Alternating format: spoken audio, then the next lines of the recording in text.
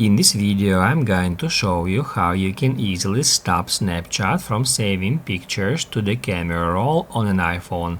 Be sure to watch the video to the very end so you don't make any mistakes. Let's get started, guys, and first off, you need to open up Snapchat. Then just tap at your profile picture here. After that, tap at that gear to go to settings. At settings, you will find this memories option.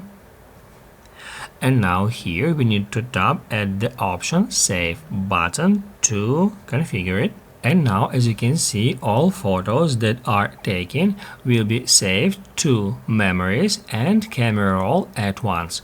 So now here we can easily change that option. We can select here just a camera roll, or if you would like to stop photos from saving to the camera roll, just select memories here. Basically, guys, that's it. So if this video was helpful for you, don't forget to hit the like button.